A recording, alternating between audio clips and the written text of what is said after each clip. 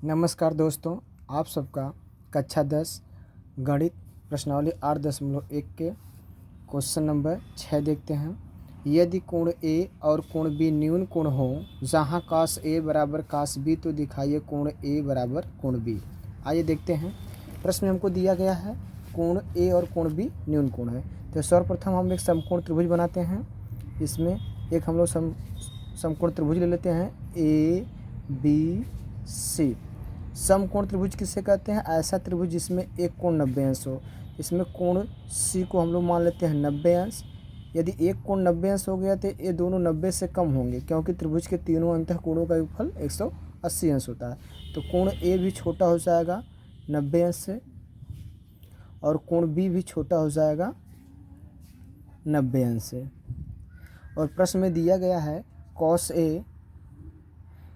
ए बराबर cos B, और cos theta बराबर होता है आधार बटे कर्ण। आधार ए के सापेक्ष लेंगे तो बीसी भुजा लंब हो जाएगी, आधार एसी हो जाएगी। तो आधार बटे कर्ण,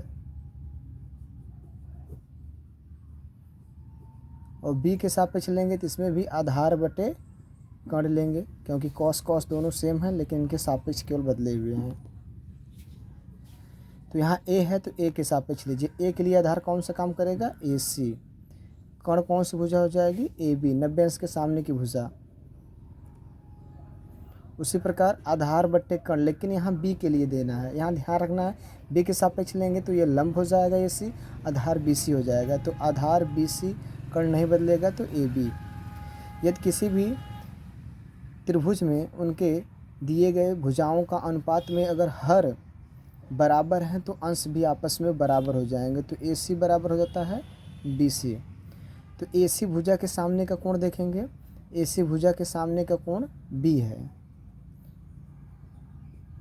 और बी सी भुजा के सामने का कोण बी सी भुजा यह है, इसके सामने का कोण हो जाएगा ए। बी सी भुजा के सामने का कोण ए हो जाएगा।